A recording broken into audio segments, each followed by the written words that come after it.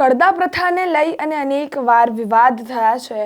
જ્યારે કડદા પ્રથાને લઈ અને રાજુ કરપડા, પ્રવીણ સહિત 85 જેટલા ખેડૂતો છે તે હાલ જેલવાસ ભોગવી રહ્યા છે। તેમજ કડદા પ્રથાને લઈ અને હળદરમાં આટલો મોટો કાંડ થઈ ગયો, ત્યાં પથ્થરમારો થયો અને ત્યારબાદ પોલીસે પણ લાઠીચાર્જ કર્યો હતો।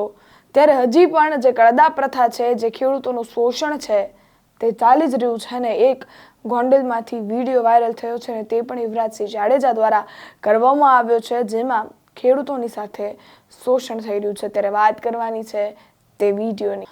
આટલું બધું થઈ જવા બાદ પણ હજી જે કડદા પ્રથા છે તે ક્યાંક બંધ નથી થઈ રહી એવું દેખાઈ રહ્યું છે, કારણ કે એક વિડીયો વાયરલ થયો છે જેમાં ખેડૂતો છે તેનું શોષણ થઈ રહ્યું છે અને તે વિડીયો છે ગોંડલના માર્કેટિંગ યાર્ડનો, જે યુવરાજસિંહ જાડેજા દ્વારા વાયરલ કરવામાં આવ્યો છે, જેમાં ખેડૂતો છે તેનું શોષણ થઈ રહ્યું છે અને ખેડૂતો છે તે ટેકાના ભાવ માટે લડી રહ્યા છે।